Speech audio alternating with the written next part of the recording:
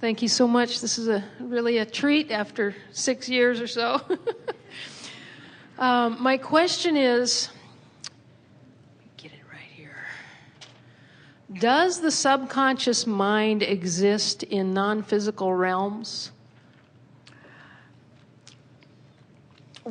What do you think the subconscious mind is? Well, when I was meditating on this, I got the impression that the subconscious mind is a split that we designed, that it's really us not feeling our feelings. Well, that's another novel description of subconscious mind. Well, no, because we want to say that the subconscious mind is an illusion that humans use as a scapegoat to explain why they're not getting what they want. Okay.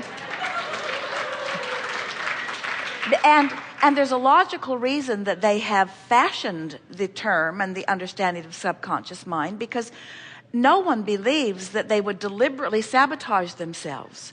But when things aren't going the way they want to, they have to explain them in some way.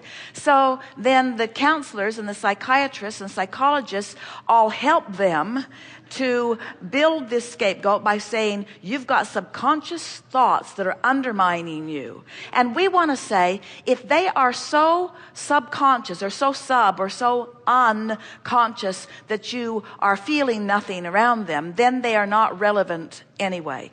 And if you are feeling emotion around them, they're not subconscious. All right. So we would leave that word and that whole thought of subconscious, because what it does, it just justifies your belief that there is something that you can't control that is undermining your success. And none of that is true. It's a flawed premise. Because you're offering a vibration, and the vibration that you're offering equals your point of attraction, period. Now, you might be oblivious to it. Right. I think it's that obliviousness that I'm talking about. So rather than calling it subconscious, call it detachment from how I feel. Okay. Rather than subconscious. And the only reason that I'm detached from what I feel is because I felt it for so long it feels normal. In other words, I'm so accustomed to being overwhelmed, or I'm so accustomed to being annoyed, or I'm so accustomed to feeling undervalued that it just feels normal to me. Right. But then almost anybody would say, but I never liked it. I've never liked it when I've been undervalued, which means you felt it. I've never liked it when I felt unappreciated, which means you felt it, you see. So right. The whole unconscious thing is bogus. Okay. What's really happening is I've adjusted to this discomfort, so I prefer to pretend I can't do anything about it. That's the best definition of subconscious that we could give. I prefer to call it subconscious because I have not been willing to deliberately change the way I feel. And you know what's at the heart of that? A belief that I must look at what is and have an emotional response to it. That's another flawed premise. The belief that I must look at what is and respond to it is not accurate at all, because you have a myriad of choices of things that you could look at instead. But so many people are looking at what is, believing that they're supposed to, not feeling good about what is, and then developing patterns of thought, then getting stuff they don't want, and then blaming it on their subconscious mind. Right. They have like a habitual pattern that arises again and again. Good word, because a belief is just a thought you keep thinking. It's a habit of thought. Right. But you can break the habit by being aware of how you feel when you think it, and by wanting to feel better than that, and so therefore leaning toward thoughts that feel better because you want to feel better. We are not big these days on changing the thought. We're much more intent on helping you to realize that if you will, in the spirit of being more general, let's say that do you want to give us an example of something that is uncomfortable for you or someone? where it looks like the subconscious mind is cropping up? Yes.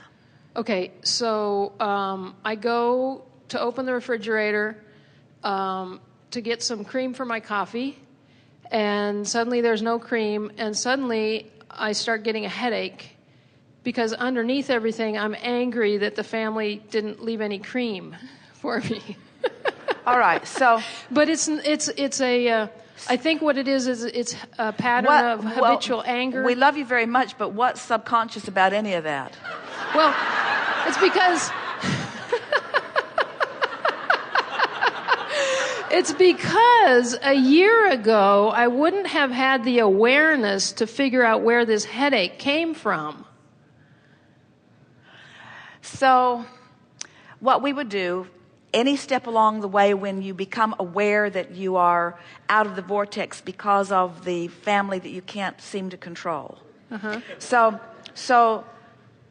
there are a lot of ways that people play this. Some focus on it and then make demands of the family, which gets you nowhere. Some have the experience and then sort of stuff it by feeling guilty about not doing a better job of disciplining the family, which gets you nowhere. Some make more resolve that they're going to buy more cream, and then they just get resentful that more people are just going to drink more of the cream, which gets you nowhere.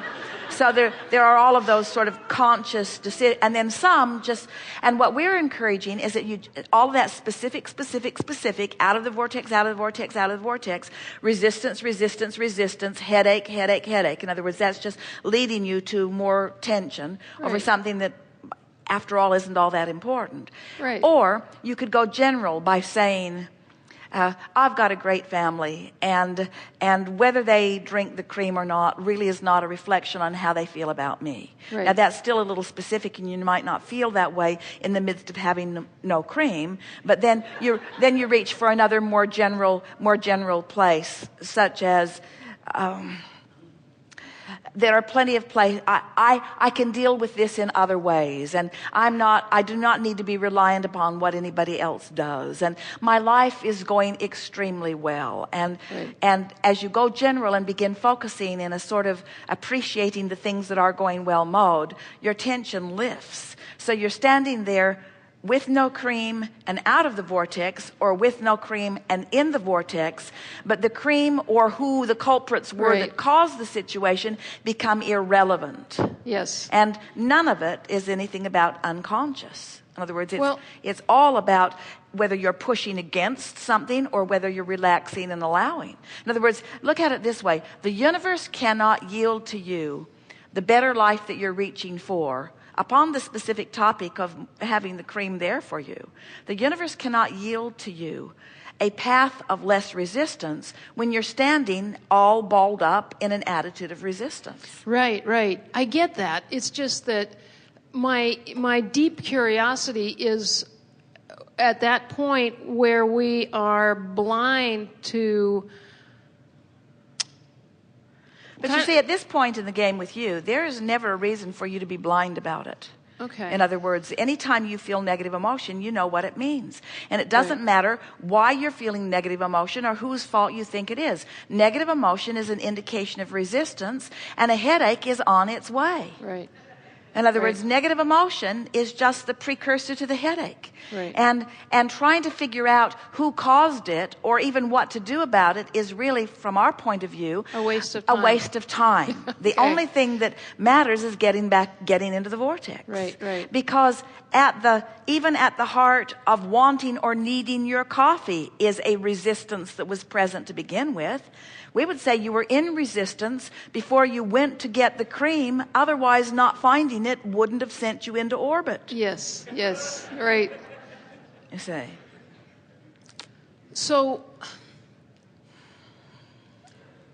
as there is, I'm also wondering about... Think about how it is where... When you're feeling really good, you're sort of on top of your game, you're tuned in, tapped in, turned on, or in our newest expression, you're in the vortex.